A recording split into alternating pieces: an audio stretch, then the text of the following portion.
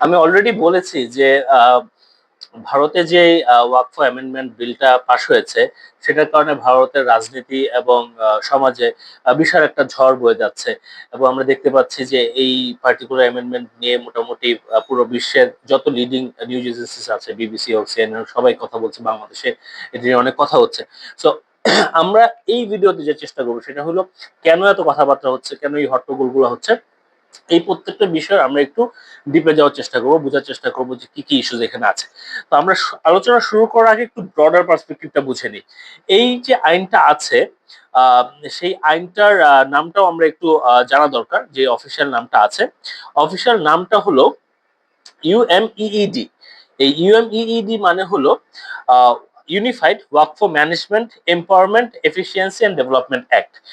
এই নামটা যদি একটু আমরা বিশ্লেষণ করি তাহলে দেখবো যে অফকোর্স ইউনিফাইড বলতে তারা of course they are trying to bring everything together, যেটা কারণে তারা একটা আগের বিল তারা কিন্তু রহিত করে দিচ্ছে।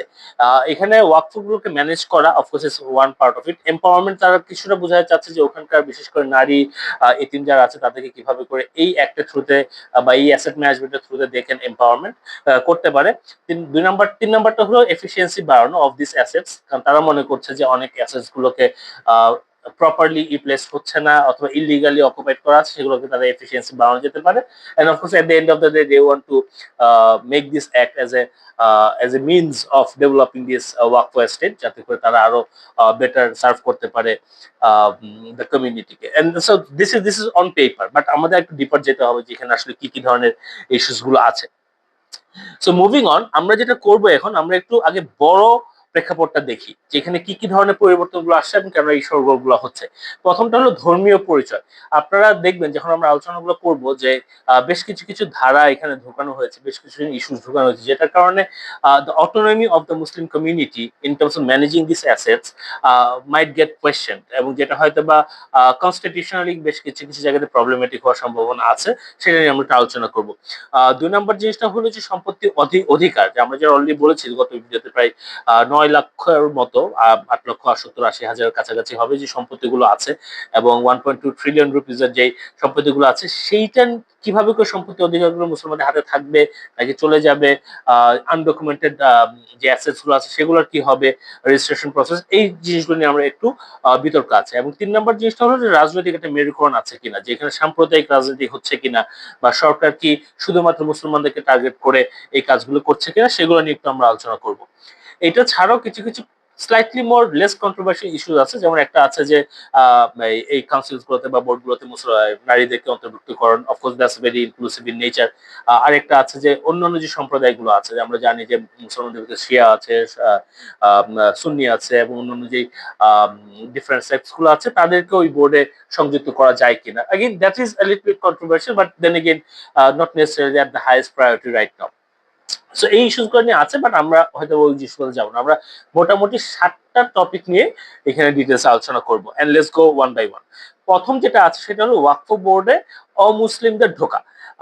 তো এখানে বিলে যেটা বলা হচ্ছে সেটা একটু আপনাদেরকে বলি। সেটা হলো সেন্ট্রাল ওয়াকফ কাউন্সিল এবং রাজ্যের যে ওয়াকফ বোর্ড আছে, আমরা অলরেডি বলেছিলাম সেটা 1995 এর যে একটা ছিল, সেখানে এই দুটা পার্টিকুলার এজেন্সি ছিল, একটা হলো কাউন্সিল আর একটা ছিল স্টেট লেভেলে যে ওয়াকফ বোর্ড আছে। সেখানে অন্তত পক্ষে 2জন অমুসলিম সদস্যকে থাকতে হবে। এন্ড দ্যাটস ভেরি ইন্টারেস্টিং যে মুসলমানদের বোর্ডগুলোতে 2জন অমুসলিম সদস্য থাকতেই হবে। আচ্ছা, এখন এখানে প্রশ্ন আসলো, যেটা অফকোর্স ওখানকার যে অল ইন্ডিয়া মুসলিম পার্সোনাল ল বোর্ড আছে, বা আমরা বিরোধী দলীয় একজন নেতা আছে আসাদুদ্দিন ওয়াইসি, আমরা ওনার ভিডিও দেখি, বা উনি, আমরা রিসেন্টলি একটা ভিডিও দেখছিলাম যে উনি যখন সংসদে ছিলেন চোখ মুচ্ছিলেন। সো ওনারা যেটা বলছে সেটা হলো যে এটা সংবিধানের 26 নম্বর যে অনুচ্ছেদ আছে তার মোটামুটি বিরুদ্ধে যাচ্ছে। কারণ হলো সেখানে বলা আছে যে ধর্মীয় সম্প্রদায় যারা আছে তারা নিজেদের ব্যাপারগুলো তারা মূলত তাদের যেই ধর্মীয় গাইডলাইন আছে সেটা দিয়ে তারা ম্যানেজমেন্ট করতে পারবে নিজস্ব বিষয়গুলো। এখন তাদের প্রশ্নটা হলো, যদি কনস্টিটিউশনে সেই রাইটটা থাকে যে আমার ইস্যুস গুলোকে আমি শরিয়া হোক বা ইসলামিক রুলস এর এগেইনস্টে যদি আমি ম্যানেজ করতে পারি, তাহলে why do have to bring in দুইজন অমুসলিমকে on the board, and that kind of like আমার যে অটোনমি আছে সেটাকে কোয়েশ্চেন করছে, এবং আমার যে কনস্টিটিউশনাল রাইটস আছে সেটাকে এখানে কিছুটা লঙ্ঘন হচ্ছে বলে তারা মনে করতেছে। এবং তারা যেটা এটাকে যে জিনিসটা নিয়ে তারা বেশি করে ভয় পাচ্ছে সেটা হলো একটা রাজনৈতিক হস্তক্ষেপ হওয়ার সম্ভাবনা আছে, পার্টিকুলারলি ইন টার্মস অফ যে মুসলমানদের প্রতি যে ধরনের অত্যাচার হচ্ছে এবং যে ধরনের হিন্দুত্ব সহ যে এজেন্ডাস গুলো আছে সেখানে এই এজেন্সিস গুলোতে যদি আমরা অমুসলিমরা ঢুকে হয়তো সেই ধরনের একটু প্রবলেম ক্রিয়েট করতে পারে বা অটোনমিকে কোয়েশ্চেন করতে পারে বলে তাদের মনে হচ্ছে। এখন সরকারের এটার তো একটা কাউন্টার আছে ফর শিওর, যেটা বিজেপি বলছে বা ইন্ডিয়া যেটা বলছে সেটা হলো যে অমুসলিমরা যদি আসে তাহলে এখানে স্বচ্ছতা বাড়বে। স্বচ্ছতা বাড়বে ইন সেন্স যে মুসলিমরা একচেটিয়া ভাবে যেটা করতেছিল, যেটা আনকোয়েশ্চেন ছিল অনেক ক্ষেত্রে, যদি অমুসলমানরা আসে তাহলে সেখানে একটা চেক এন্ড ব্যালেন্স আসবে এবং সেখানে ট্রান্সপারেন্সি আর একটু গ্রেটার সেন্সে বাড়বে। এবং তারা এখানে অ্যাগেন এই পুরো আইনটার ক্ষেত্রে কয়েকটা জিনিসে খুব বারবার রিপিটেডলি বলা হয়েছে, সেটার ভিতরে একটা হলো তামিলনাড়ুর ইস্যু আর একটা হলো কর্ণাটকের ইস্যু। এই জিনিসগুলোকে টাইমের কারণে আমরা হয়তো ডিপারে যাচ্ছি না, বাট এই ইস্যুগুলোকে বারবার কোয়েশ্চেন করা হয়েছে। 2 নম্বর যে জিনিসটা আছে সেটা হলো ওয়াকফ করার যোগ্যতা। This is very interesting. সেটা হলো পরিবর্তনটা এভাবে করে বলা হচ্ছে যে যারা শুধুমাত্র 5 বছর ধরে ইসলাম পালন করছে তারাই ওয়াকফ করতে পারবেন। এর আগে এটার ধরনের কোনো বার ছিল না, এনিবডি কুড মানে মেক এন ওয়াকফ। সেটা মুসলমান হোক অমুসলমান হোক, they could easily do that, তাদের পার্সোনাল সেই ফ্রিডম ছিল। And this is very interesting, কারণ হলো একটা মেজর ক্রিটিসিজম হলো যে যেখানে আইন সবার জন্য সমান, সেই ক্ষেত্রে কেন আমাদের একটা ধর্মীয় পরীক্ষা দিয়ে একটা কাজ করতে হবে? লেটস সে 5 বছর ধরে আপনি মুসলমান হলে আপনি এটা করতে পারবেন, এই ধর্মীয় পরীক্ষা রাষ্ট্রকে আপনার নিতে পারে কিনা, এটা একটা বড় একটা প্রশ্ন। 2 নম্বর প্রশ্নটা হলো 5 বছর কেন, 1 বছর না, কেন 2 বছর না, কেন 3 বছর না, কেন 10 বছর না? এই নিউমারিক যে 5 বছরটা আসলে এটা রেশনালিটি কি, এটা কোনো যৌক্তিকতা আছে, এটা কোনো সাইন্টিফিক ব্যাকগ্রাউন্ড আছে? এবং এই জায়গাগুলোতে অনেক মার্কি একটা এরিয়াস আছে যে ওয়াই 5 ইয়ার্স বা এই নাম্বারটা কিভাবে করে আসলো। এখন অফকোর্স সরকারের পক্ষ থেকে বা বিজেপি সরকারের পক্ষ থেকে এটা নিয়ে এগেইন অফকোর্স মানে বিজেপি বলতে আমি ইন্ডিয়াকে বলছি, যে তাদের এখানে একটা কাউন্টার আছে। কাউন্টার তারা বলছে সেটা হলো যে এটা ইসলামিক ফিলোসফির সাথে যায়। যে কেউ একজন জাস্ট এই ওয়াকফর অপব্যবহার যাতে করতে না পারে, নতুন মুসলমানরা সময় হয়তো না বুঝে তারা একটা ওয়াকফ করে ফেললো যেটা সে পরবর্তী ফেরত চাইলে পাবে না। অথবা এমন হতে পারে অমুসলমানরা কোনো একটা কারণে জমি জমা যে কোনো একটা ইস্যুর কারণে হয়তো এই ওয়াকফ আইনের অপপ্রয়োগ করতে পারে। অথবা লেসে যারা লম্বা সময় ইসলামিক প্র্যাকটিসের সাথে নাই, তারা জাস্ট ইচ্ছা করেই তার সম্পত্তিকে ওয়াকফ করে দিল। So they want to make it like যারাই শুধুমাত্র রিলিজিয়াস তারাই যাতে করে ওয়াকফ করতে পারে। দেন এগেইন এটা অনেক কোয়েশ্চেনেবল যে আসলে রিলিজিয়াসিটি কি সংখ্যায় মাপা যায় কিনা, 5 বছরে মাপা যায় কিনা, দ্যাটস ভেরি বিগ কোয়েশ্চেন। 3 নম্বর জিনিসটা হলো ওয়াকফ বাই ইউজার, এটাকে বাদ দেওয়া হবে। এন্ড দিস ইজ ইন্টারেস্টিং, কারণ যেটা আমি গত ভিডিওতে বলেছিলাম যে যেগুলো দিল্লি সুলতানাতের সময় বা মোগল সময় যে ওয়াকফ গুলো করা হয়েছে, যেগুলো ইন্ডিয়ার একটা হিস্ট্রি একটা বড় অংশ এবং মুসলমানদের হিস্ট্রি একটা বড় অংশ, সেই জায়গাগুলোতে অনেকগুলো অ্যাসেটই আছে যেগুলো ইউজার অনেক শতাব্দী ধরে অথবা অনেক বছর ধরে তারা ইউজ করে আসছে ফর রিলিজিয়াস পারপাসেস, বাট হয়তো বা প্রপার ডকুমেন্টেশন নাই। এবং এইটা যখন বাদ দেওয়া হবে তখন যে প্রবলেমটা হবে, বিশেষ করে ঐতিহাসিক যে স্থানগুলো আছে তারা কিন্তু ঝুঁকির মুখে পড়তে পারে। সেই প্রপার ডকুমেন্টেশন না থাকলেও তারা কিন্তু দেখা যাবে এই জমিগুলোর বা এই সম্পত্তিগুলোর মালিকানা দাবি করতে পারবে না, যেহেতু ওয়াকফ বাই ইউজার এটাকে তারা বাদ দেওয়া হচ্ছে। এখন এখানে একটা ইস্যু হচ্ছে যে আহ, যদি না আপনি এই নথিটা দেখাতে পারেন বা আপনি যদি চ্যালেঞ্জ করতে না পারেন সরকারকে, তাহলে কিন্তু আপনার এই সম্পত্তিগুলো রাইট থাকবে না। এবং যেটার কারণে অনেকে বলছে যে এটার কারণে কিন্তু অনেক জমি হারানোর সম্ভাবনা আছে, এবং পার্টিকুলারলি মুসলিম হেরিটেজের যে অংশগুলো আছে বা ঐতিহ্যের যে সিম্বল গুলো আছে সেগুলো কিন্তু ক্ষতির মুখে পড়তে পারে। সরকার এখানে যেটা বলছে সেটা হলো এগেইন তাদের তাদের দাবিটা এগেইন আমি যেটা একটু আগে বললাম যে তামিলনাড়ু এবং হলো আম, যে কর্ণাটকা যেই কেসগুলো আছে সেগুলোকে তারা বারবার এটাকে ইউজ করেছে। সেটা হলো যে অনেক ক্ষেত্রে এই দাবিগুলো হয়তো বা ভিত্তিহীন হতে পারে, যে না এটা তো এই কারণে আমরা ওয়াকফ হিসেবে ব্যবহার করে আসি। তাদের কাছে মনে হচ্ছে যে এই ভিত্তিহীন দাবিগুলোকে তারা কাগজে কলমে যাতে করে সারাতে পারে। বা দেন এগেইন এই হিস্টোরিক্যাল রিয়েলিটি বুঝতে হবে যে সবকিছু কি কাগজপত্র ছিল কিনা, আছে কিনা, থাকবে কিনা। এবং যদি না থাকে তাহলে এই মুসলিম ঐতিহ্যের যে অংশগুলো আছে সেগুলো কি তারা দখল করে ফেলবে বা ভেঙে ফেলবে কিনা, সেটা নিয়ে একটা বিশাল প্রশ্ন রয়ে যায়।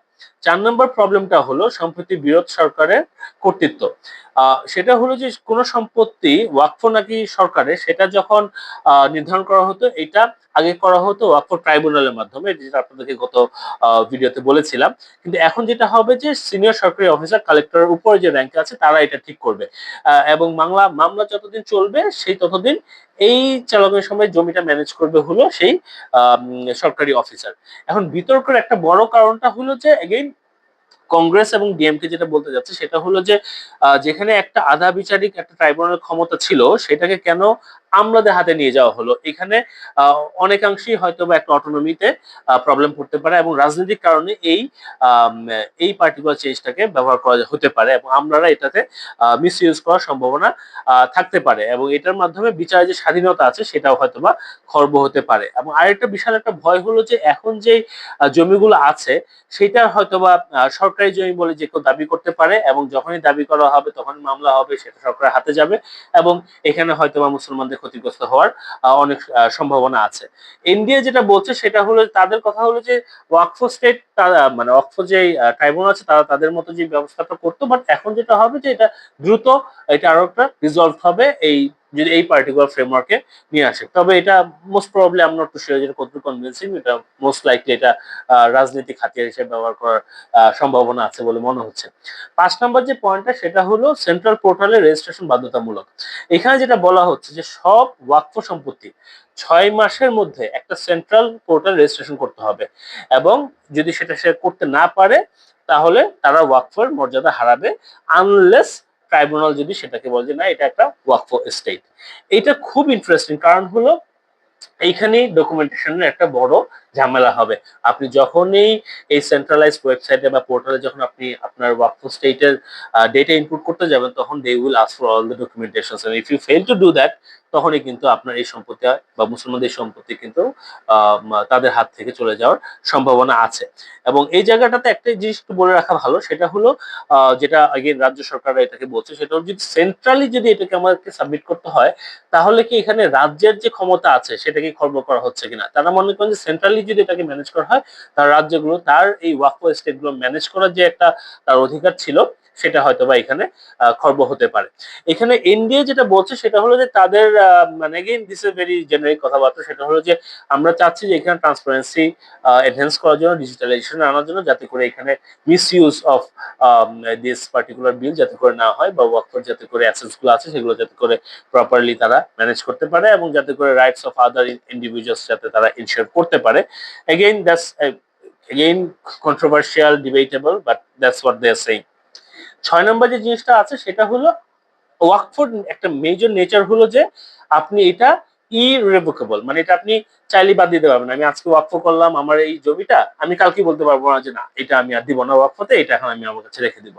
বাট এই জায়গাটাতে দে আর মেকিং সাম চেঞ্জেস, এবং যেটার কারণে ইসলামিক শরিয়া যেই যারা বিজ্ঞ আলেমরা আছেন তারা বলছেন যে this goes absolutely against the শরিয়া, যে আপনি ওয়াকফতে তো পরিবর্তন করতে পারবেন না, একবার ওয়াকফ হয়ে গেছে মানে ফিসাবিলিল্লাহ এটা হয়ে গেছে, আপনি চাইলে ফেরত দিতে পারবেন না। বাট এখন যেটা এই বিলে আছে সেটা হলো আপনি কিছু কিছু ক্ষেত্রে চাইলে ওয়াকফকে রিভোক করে আবার নিয়ে নিতে পারেন। এখানে দুটো ক্ষেত্রে বলা আছে, কি কি সেটা একটু আপনাদেরকে বলি।